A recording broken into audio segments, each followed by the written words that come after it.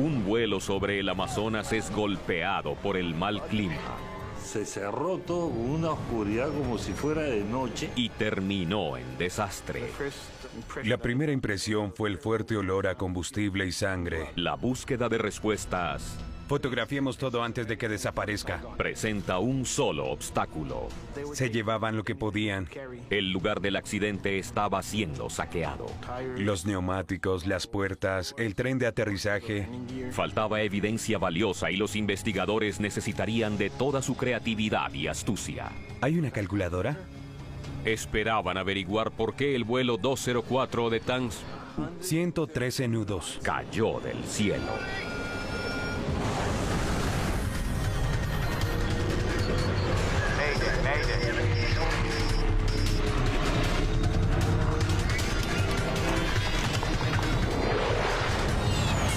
Catástrofes aéreas. Esta es una historia verdadera basada en reportes oficiales y relatos de los testigos presenciales. Aterrizaje ciego. El fuselaje destrozado de un Boeing 737 se encuentra esparcido en la selva peruana. Aturdidos pasajeros luchan para escapar de los escombros. Y yo he estado parado afuera, tratando de ayudar. Son personas que se acercaban a la puerta. Que habían reaccionado y tenían que salir del avión. Y a esa gente es la que los he jalado del pelo, de la chompa, de la camisa, de donde podría agarrarlos, los he deslizado. El avión cayó a 6 kilómetros del aeropuerto más cercano. A los rescatistas les tomará tiempo abrirse camino a través de la espesa jungla. El combustible del avión puede originar una enorme bola de fuego en cualquier momento. Los incendios pueden aparecer muy rápido. Los pasajeros pueden quedar sin ninguna posibilidad de escapar. Los sobrevivientes luchan por alejarse lo que más pueden del avión.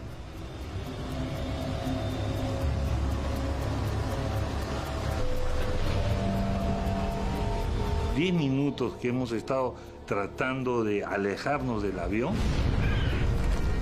El avión vuelve a estallar. Restos dispersos es todo lo que queda del vuelo 204 de TANS Perú. Un vuelo que hace apenas una hora se disponía a despegar de la ciudad capital, Lima.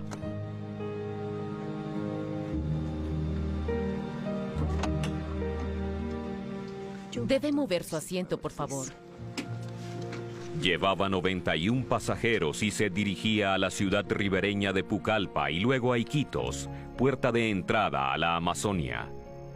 De Lima a Pucallpa fue un vuelo agradable.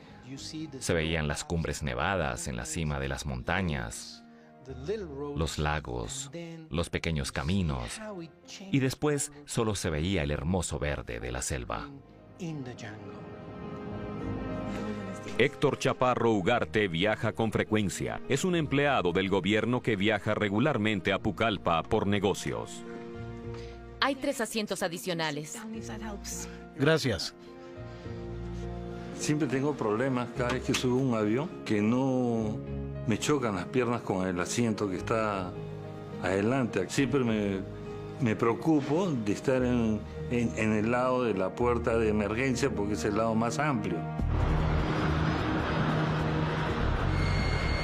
Hoy, tirado de la Fuerza Aérea, se encarga del despegue. Gonzalo Chirinos Delgado está entrenado para convertirse en primer oficial. ¿Listo? Su instructor es Octavio Pérez Palma. Adelante. Era comandante militar y ahora es el capitán del avión.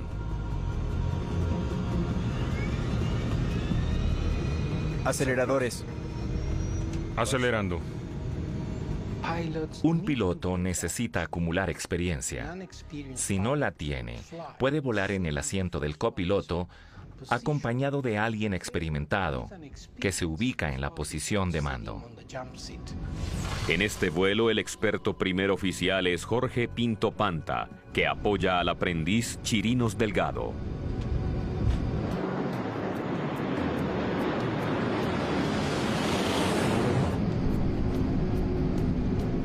Ascenso positivo. Listo. Acelerando.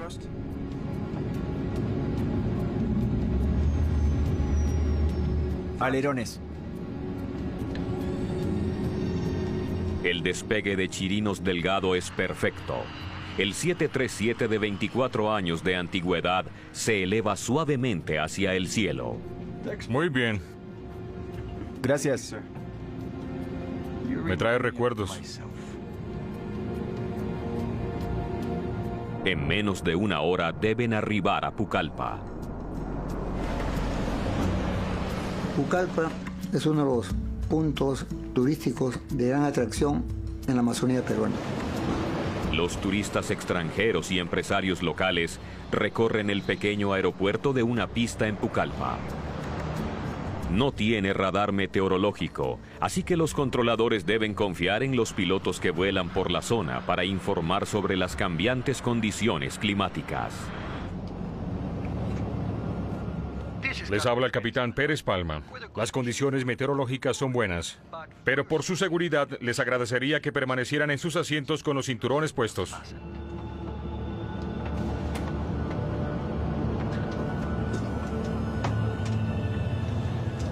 Puedes sentarte con los pasajeros. Vuelan a 11.000 metros. La tripulación contacta al controlador de tráfico aéreo en Pucallpa para recibir instrucciones de aterrizaje. Torre de Pucallpa, Transperú 204, buenas tardes.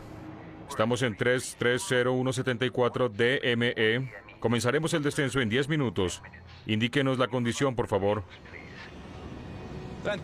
Transperú 204, lluvias dispersas a 1000 metros hacia el sur. Torre Pucallpa, gracias. Viene una tormenta. Será fácil. El capitán Pérez Palma está familiarizado con los sistemas meteorológicos cambiantes de la Amazonia y ha volado a Pucallpa muchas veces. A 85 kilómetros del aeropuerto, el avión se encuentra con una tormenta.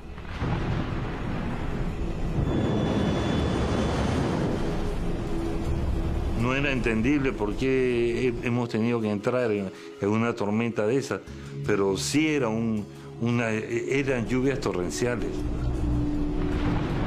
En Pucallpa hay nubes amenazantes, pero todavía no hay lluvia. Transperú 204, Charlie Bravo se encuentra en el cuadrante sur. Comience descenso a 500 metros. Torre de Pucallpa, Transperú 204, gracias. Descendiendo a 1500. Mientras el capitán coloca el piloto automático a la nueva altitud, otro avión llega al aeropuerto de Pucallpa. La tripulación informa de las condiciones. La pista 20 luce bien. El clima cambia rápidamente. Sugiero tener precaución. Muy bien. Mira, es enorme. Parece Inglaterra.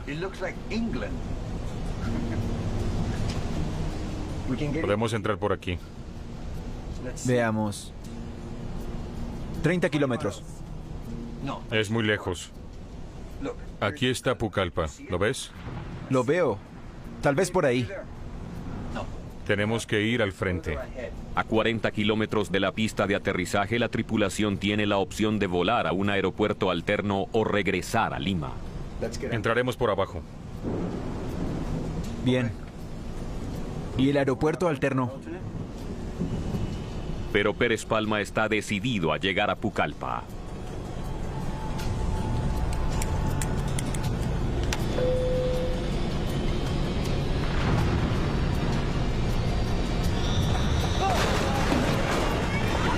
Sentíamos de que el avión se iba de un lado a otro, pero se movía de una forma así como temblorosa.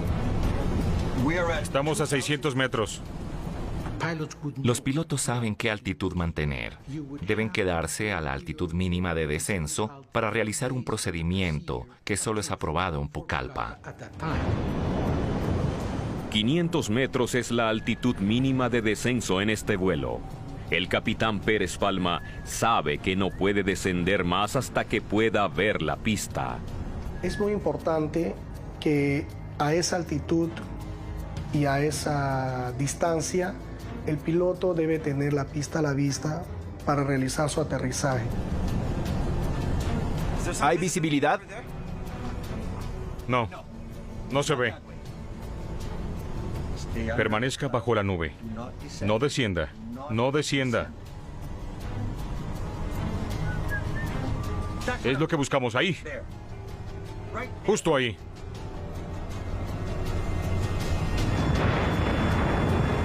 Se cerró todo con una oscuridad como si fuera de noche, siendo las 2:45 de la tarde, y se puso oscuro como si las ventanas estuvieran cerradas.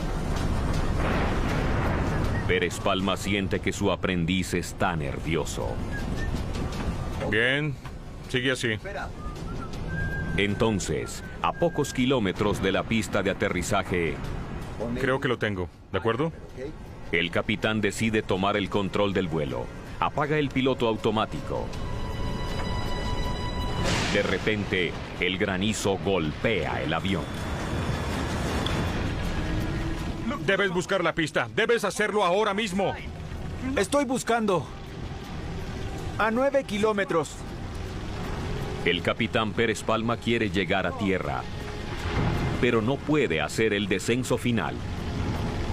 El piloto nos notifique con pista a la vista para darle la instrucción de la autorización de aterrizaje. Alerones 5. Bien. Alerones 5. ¿Ves la pista? No la veo.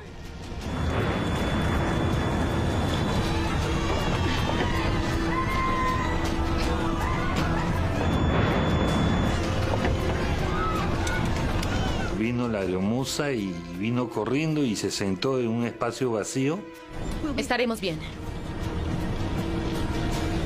De ahí ya comprendí que las cosas estaban bastante serias. Dile a la torre que confirme la visibilidad al otro lado de la pista para poder rodear y aterrizar. Hasta que se pueda ver la pista, deben permanecer a 500 metros. Torre Pucallpa, TANS Perú 204. ¿Cuál es la visibilidad? La visibilidad es cada vez peor. Ahora es de menos de 2 kilómetros. No veo nada. Se activa la alarma de altitud. Inexplicablemente el avión cayó cientos de metros en pocos segundos. Ahora está a menos de 150 metros del suelo. Muy bien, acciona la palanca. ¡Fuerte! Tiene solo unos segundos para evitar el desastre. ¡Acciónala! ¡Acciona la palanca! 204. ¡Acciónala! TANS Perú. ¡Hazlo! En ese momento lo que estaba yo tomando conciencia es que eran mis últimos minutos de vida y mientras pensaba las luces se prendían y se apagaban. Tomé la opción de dirigirme a Dios.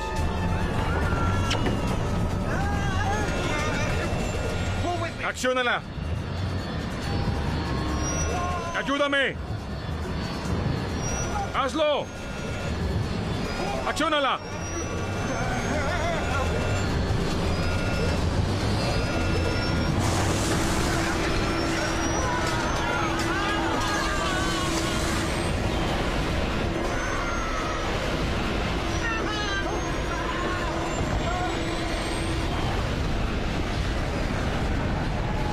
El vuelo 204 de TANS Perú acaba de destrozar 1,5 kilómetros de jungla esparciendo cuerpos, equipaje y piezas del fuselaje. TANS Perú 204. TANS Perú 204. El vuelo 204 no responde a las llamadas del controlador Juan Carlos Flores Peña. Le da a uno en el sentido de que algo no bueno está pasando.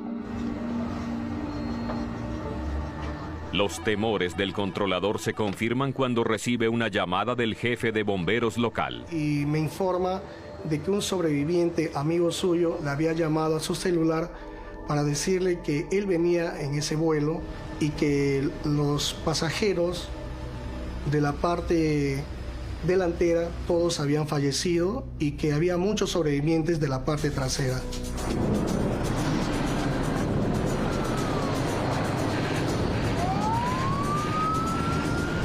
Una nube de humo cada vez más densa se puede ver a kilómetros. Muchos pobladores locales se apresuran a ayudar, pero algunos solo quieren aprovechar la situación. Me parece una locura. No podía creer lo que estaba pasando. Parecían ratas. No pensaban en otra cosa más que en robar. Cuando fui allá, tenía una sola cosa en mente: ayudar a esas personas, no robarles. En vez de ayudar a la gente y decir, vamos, acá hay un vivo, acá hay un muerto, y ver en qué se puede ayudar a la gente, comenzaron a saquear.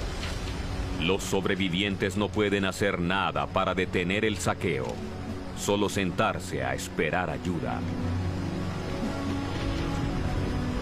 Algo increíble sucedió.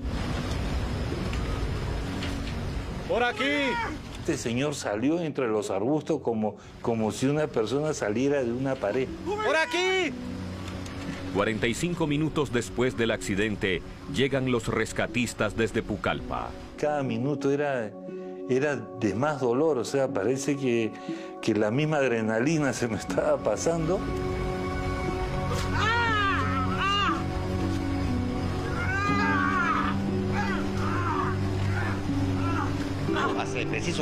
El periodista local Gino Márquez Álvarez es uno de los primeros periodistas en la escena.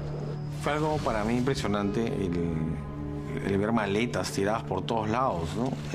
Ropa de quienes habían sido los pasajeros. Era la primera vez que había cubierto un accidente aéreo. Indudablemente me quedó marcado, ¿no? El esfuerzo de rescate continúa toda la noche.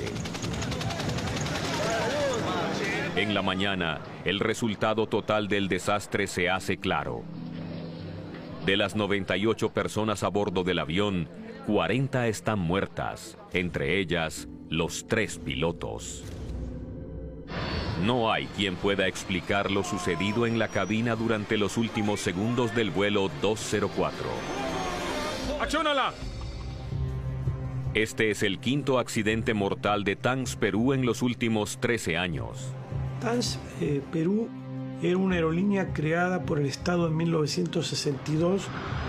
La aerolínea tiene uno de los peores historiales de seguridad en América del Sur.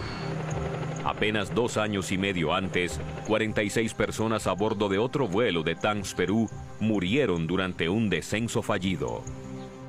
Volaban desde una ciudad llamada Chiclayo a otra ciudad llamada Chachapoyas y 5 minutos antes de aterrizar se estrellaron contra una colina. Todos estos hechos hicieron de que se convierta en un hecho periodístico de mucha importancia, una noticia muy interesante y que obviamente llamó la atención. Lo que la gente quería era respuestas. ¿Por qué ocurrió el accidente? Un equipo de la Comisión de Investigación de Accidentes de Aviación del Perú debía responder a esa pregunta. Patrick Frickberg estaba a cargo. Mi primera impresión fue el fuerte olor a combustible y sangre. Seguía ardiendo 24 horas después de haberse estrellado. Nos sorprendió que alguien hubiese sobrevivido. Gracias a ese cambio de asiento que tuve, porque no entraba yo en el asiento del avión por mi tamaño, me cambiaron al asiento 10, donde está la puerta de emergencia. Y de esa manera creo que he tenido la oportunidad de salvarme. Frickberg también queda sorprendido por el saqueo. Se llevaban todo lo que podían del lugar del accidente. Tomaron neumáticos, tanques de oxígeno, las puertas, piezas de metal, el tren de aterrizaje. Tal vez esperaban cambiarlas por dinero. Una pequeña tropa de soldados llega al lugar del accidente. Necesito su ayuda, por favor. Pero no pueden proteger toda la evidencia. Era enorme, así que no era tan fácil de controlar. Necesito ambos motores vigilados en todo momento. Sin excepciones. Frykberg se ve obligado a cuidar las piezas más importantes. Podíamos distinguir los motores, pero todo lo demás estaba destrozado. Fotografiemos todo antes que desaparezca. ¿De acuerdo? Lo que no se puede proteger es documentado. Las piezas estaban allí, los controles de vuelo también, algo que parecía la cabina del piloto. Nos preocupaba recuperar las grabadoras de voz de la cabina y la de los datos de vuelo. Mientras que el equipo en el lugar del accidente busca las importantes cajas negras, otros investigadores interrogan a los sobrevivientes. Lo último que recuerdo es el fuego que venía de la parte delantera del avión. Los motores sonaban forzados. Nunca había visto granizo tan grande. Los relatos de los sobrevivientes del vuelo confirman los informes de que una severa granizada azotó la región. Es enorme. Justo antes de que el vuelo 204 cayera a tierra, Frykberg se pregunta si de alguna manera el granizo desactivó los motores. Pudo haber dañado gravemente los sistemas de la aeronave, pudo haber apagado los motores. Es muy peligroso volar en medio de una tormenta de granizo. En 1988, otro 737 volando a través de una tormenta hacia Nueva Orleans, de repente perdió toda la potencia de sus dos motores. El capitán logró salvar el avión con un aterrizaje de emergencia en un dique cubierto de vegetación. Una simulación de la tormenta en un centro de pruebas reveló más tarde que la lluvia intensa y el granizo provocaron la falla de los motores. Los investigadores sospechan que lo mismo puede haber sucedido con el vuelo 204, que la gran cantidad de granizo y lluvia causó la falla de los motores. Un motor apagado es casi como una vela que se extingue con el viento. Una inspección visual de los motores debería ayudar a determinar si ese fue el caso. Aunque las carcasas de los motores sufrieron graves daños, las turbinas están casi intactas. Debíamos ver si había succionado algunos escombros. Una inspección más cercana revela restos de plantas en el interior de las turbinas. Esto significa que los motores giraban cuando el avión golpeó el dosel de la selva. No había nada anormal con los motores. Funcionaron hasta que la nave se estrelló. Es una evidencia concluyente.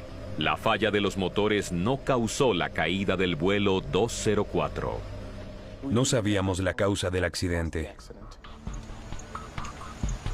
La esperanza de obtener respuestas se renueva cuando en cuestión de horas encuentran una de las dos cajas negras del avión. Perú carece de la tecnología para leer los datos. La grabadora de voz de cabina de vuelo será enviada a la NTSB en Washington para su análisis. Era un avance porque ya teníamos algo con qué trabajar. Pero la segunda caja negra, la grabadora de datos de vuelo, no aparece por ningún lado. ¿Alguna señal de ella?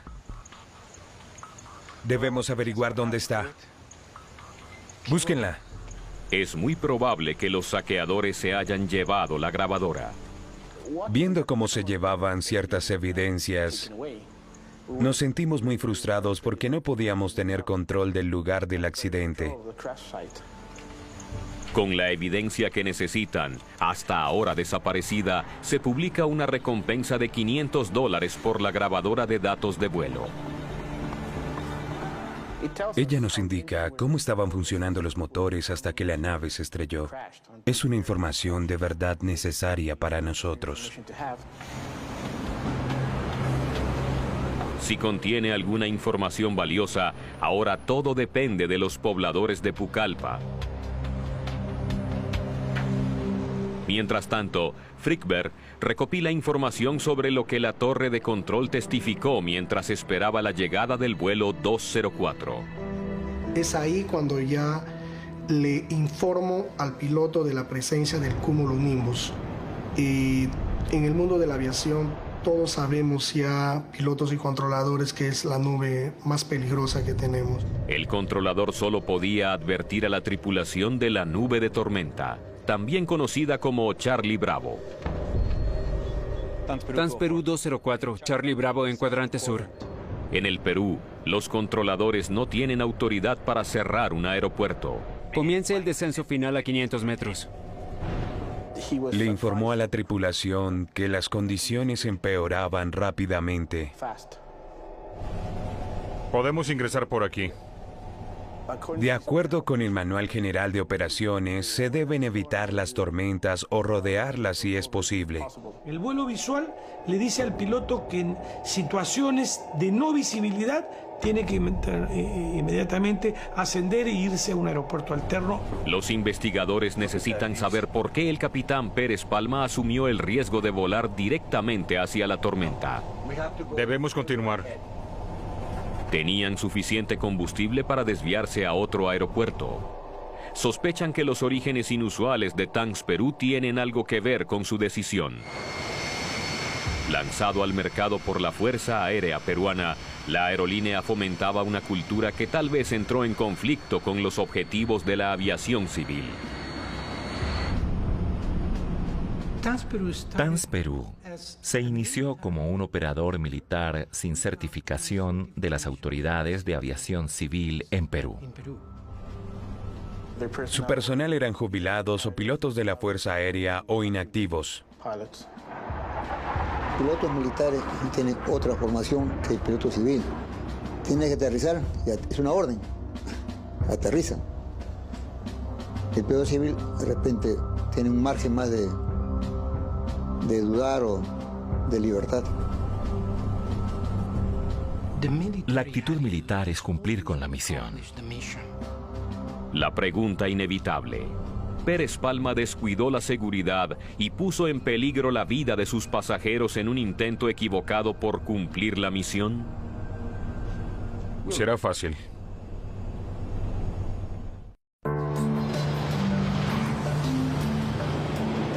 En busca de respuestas, Frickberg viaja a Washington, donde los especialistas de la NTSB examinan la grabadora de voz.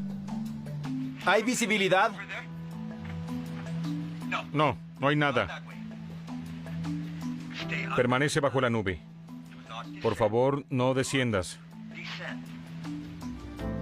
Solo se escuchan dos voces, Pérez Palma y Chirinos Delgado. Se suponía que la tripulación era de 3 hombres, pero solo hay 2 voces en la grabación. ¿Y el primer oficial? Busca la pista. ¡Busca la pista! ¡Hazlo! Pero antes de poder responder esa pregunta... 9 kilómetros. Habla Patrick. Recibe noticias de su oficina en Lima. Llámeme cuando la reciba. Funcionó. La tenemos. Parece que $500 era demasiado para que un hombre de Pucallpa lo ignorara. En un gran avance para los investigadores, el hombre se compromete a cambiar la segunda caja negra por el dinero de la recompensa. Era algo muy bueno en ese momento. Si estaba en buenas condiciones, la grabadora de datos podría indicar directamente la causa del accidente, revelando si hubo alguna falla mecánica o eléctrica. Mientras tanto, la razón por la cual solo hay 2 voces en la CBR ha salido a la luz. El primer oficial estaba en la cabina. El primer oficial salió de la cabina del piloto. Puedes sentarte con los pasajeros. El cinturón de seguridad de su asiento no estaba funcionando. Los fabricantes construyen sus aviones para ser piloteados por una tripulación mínima de 2 personas. La tripulación ignoró una regla clave que exigía que el primer oficial permaneciera en la cabina del piloto durante una sesión de entrenamiento. Enciéndelo. Frickberg también notó una señal característica de que el aprendiz Chirinos Delgado no estaba cómodo pilotando el avión. Con base en otras investigaciones de accidentes, cuando el copiloto comienza a silbar significa que está en una situación muy estresante. Busca la pista. Quiero que busques la pista ahora. La estoy buscando. Pero la investigación está lejos de terminar. Comienza a parecer que todo... ¿Bajamos el tren? Aún no. Fue culpa del capitán. Cuida la velocidad. El inexperto aprendiz puede convertirse en la receta para el desastre.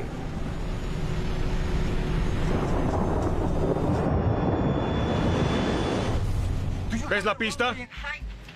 La grabadora de voces del vuelo 204 de TANS Perú No, no es así. ofrece a los investigadores una visión de la cabina durante el fatídico vuelo. Esperan que las grabaciones de datos les digan mucho más. Pero cuando las examinan, esas esperanzas se desvanecen. Para nosotros fue una mala sorpresa porque había sido manipulada, la habían abierto. La grabadora está muy quemada y notaron que se había alterado su intrincado mecanismo. El dispositivo es inútil. Estaba destruida, no se podía usar. Bien. Es una amarga conclusión para los investigadores. Muy bien. Gracias. Lo que es peor, faltan algunos datos importantes.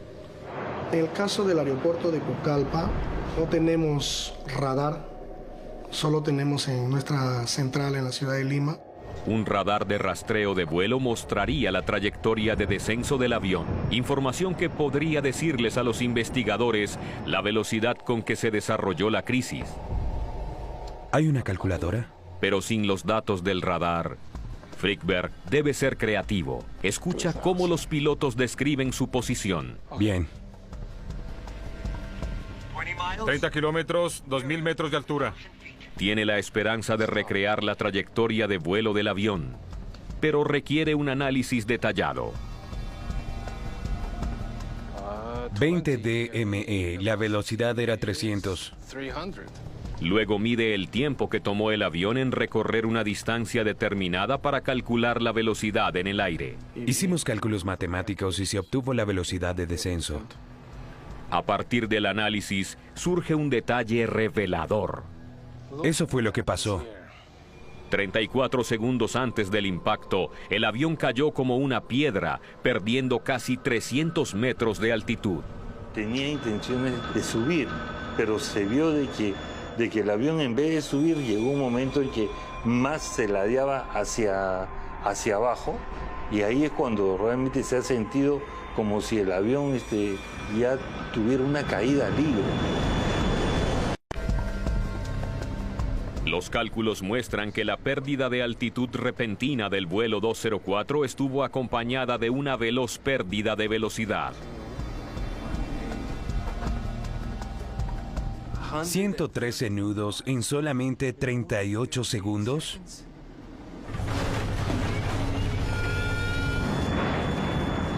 Comenzó el granizo. La repentina caída de altitud y de velocidad coincidió con el comienzo de la tormenta de granizo. Frykberg sabe que el granizo no originó la falla de los motores del 737. Tal vez el granizo causó problemas distintos, pero igualmente serios. Obtiene una imagen de alta resolución del satélite de la nube de tormenta tomada al momento del accidente. Al ver el tamaño de la unidad de tormenta, se establece que granizo de gran tamaño golpeó a la aeronave. Mira la reflexión del radar. Ese es el granizo. Dentro de una celda de granizo hay una columna de aire en movimiento rápido, conocida como corriente descendente. Volar a través de ella puede ser muy peligroso. Podría causar serios daños a la aeronave, incluso derribarla.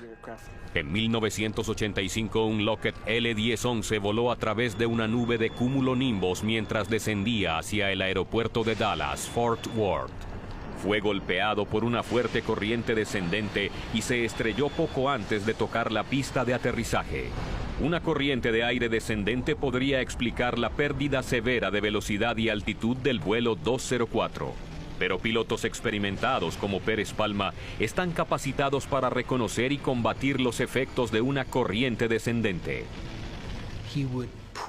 El piloto aceleró para ganar velocidad. Inmediata y automáticamente accionó el timón, con lo cual pretendía que el avión ganara altura. Al empujar la nariz del avión hacia arriba y aplicar potencia al motor, pudo haber alejado al avión de problemas. ¡Busca la pista! ¡Busca la pista ahora! ¡La estoy buscando! Los investigadores deben ahora responder dos interrogantes clave. ¿Por qué no podrían los pilotos superar la corriente descendente? ¿Y por qué no se dieron cuenta de que estaban cayendo hasta que las alarmas empezaron a sonar? No sabían que descendían. Este fue un gran error. Normalmente, la tripulación actúa en pareja.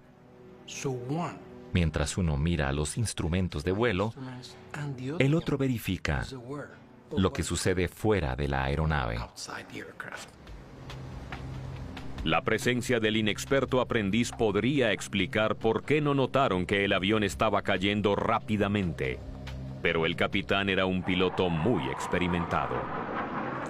Fue un comandante con muchas horas de vuelo, eficiente militar, inclusive héroe de guerra, combatió desde el aire en un conflicto que tuvimos con un país vecino, por lo cual fue condecorado. Pérez Palma conocía esta ruta. Estaba acostumbrado a volar en clima impredecible, pero eso parece no importar. Luego, al examinar las fotos del lugar del accidente, Frykberg descubre una pista. Se da cuenta que una parte del vidrio delantero del avión está inusualmente opaca. Le pide a la NTSB que le envíe fotos de otros aviones averiados por el granizo. Habla Patrick. Estadísticamente hay 2 accidentes graves donde el granizo estuvo involucrado. Las ventanas de la cabina están hechas de varias capas de plástico acrílico unidas entre sí. Son muy gruesas y fuertes, pero en muy pocos casos granizo de gran tamaño puede romper las capas externas del parabrisas, creando una textura mate que impide ver. Los investigadores concluyen que momentos antes del accidente... ¡Busca la pista! ¡Busca la pista ahora! ¡La estoy buscando! La tripulación volaba a ciegas. El granizo destrozó las ventanas frontales, por lo cual la tripulación perdió la visión de la pista. ¿Ves la pista? Obstaculizada por la ventana averiada. No, no la veo. La tripulación no se percató de lo que sus instrumentos de vuelo les indicaban. El avión descendió rápidamente, empujado por una corriente descendente. Cuando alcanzaron los 150 metros, no lo notaron. Y el sonido de la alarma de altitud inundó la cabina. Los aviones comerciales están equipados con un sistema de radar de proximidad. Accionan una alarma si el avión vuela demasiado bajo sin desplegar el tren de aterrizaje. ¡Acciónala! ¡Acciónala! A partir de la grabadora de voz, se hace claro que los pilotos del vuelo 204 estaban tratando de levantarse, pero el avión no respondió. La pregunta es... ¿por qué? Le pedimos a la Junta Nacional de Seguridad en el Transporte que hiciera un análisis a fondo para establecer si los motores estaban a máxima potencia o no. ¡Busca la pista! Uno a uno, los diversos sonidos en la cabina son identificados y eliminados. Son los motores. Si los pilotos trataban de ascender, los motores debían estar rugiendo, pero eso no es lo que los investigadores escuchan. No aceleran. Es una frecuencia constante hasta el final. Parece que el equipo no pudo hacer lo único que pudo haber salvado el avión. Realizar un procedimiento estándar, acelerar para salir del apuro. Frykberg necesita saber cómo se pudo haber cometido un error tan fundamental. Pasa revista a los acontecimientos que condujeron al accidente, una tormenta perfecta de eventos inesperados y errores trágicos.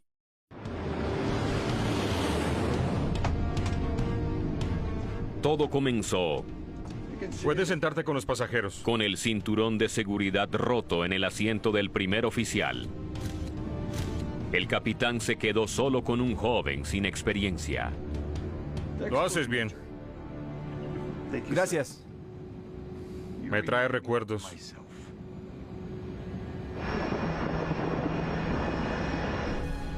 Mire eso. El capitán Pérez Palma juzga mal la tormenta. Podemos ingresar por aquí. Y vuela directo hacia ella. El intenso granizo golpea el vidrio delantero. ¿Ves la pista? Encegueciendo a la tripulación. No, no la veo. Cuando ingresa a la enorme corriente descendente, los pilotos no se dan cuenta de que su avión está descendiendo hasta que la alarma de proximidad a tierra se activa. Luego cometen el peor error. Intentan acelerar y ascender. Los investigadores concluyen que todo ocurrió como resultado de una decisión crítica tomada momentos antes por el capitán Pérez Palma. Selló su destino.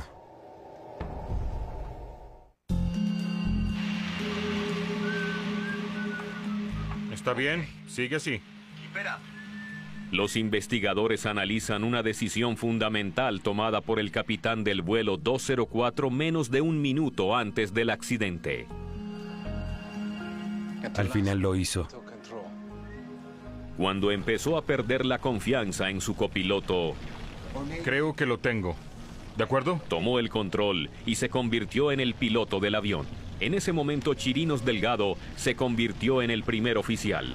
¿Bajo el tren? Aún no. Los pilotos cambiaron de papeles. Verifica la velocidad. Ambos parecen confundidos por la transición. Alerones. Ahora el trabajo del copiloto es monitorear la altitud. Alerones 5. Bien, alerones 5. Pero está distraído por las exigencias de su capitán. Dos pilotos nunca pueden mirar hacia afuera al mismo tiempo. Siempre uno de ellos debe mantener un estrecho contacto con los instrumentos en la cabina de mando. No, no veo nada. Acciónala, ayúdame. Hazlo. Aunque los dos pilotos estaban alando la palanca de control, tal vez ambos asumieron que el otro tomaría el paso crucial necesario para salir del problema, empujar las palancas hacia adelante y acelerar al máximo. Los pilotos tienen ya mucha confianza, ¿no? Tienen mucha autosuficiencia. Están acostumbrados a que no pasa nada. Será fácil. Se puede llamar indisciplina, falta de observancia de las reglas, pero eso fue lo que ocurrió. Cuando los investigadores examinan el accidente de Tangs, Perú, que tuvo lugar 2 años y medio antes, descubren un hecho impactante. Las recomendaciones del accidente de Chachapoyas no se implementaron bien en el accidente de Pucallpa. El vuelo 222 de Tangs, Perú a Chachapoyas también se estrelló a punto de aterrizar y por muchas de las mismas razones, sobre todo el hecho de no seguir las reglas de vuelo. Violó las reglas de vuelo visual. En ambos casos, estas violaciones originaron 2 trágicos accidentes de aviación.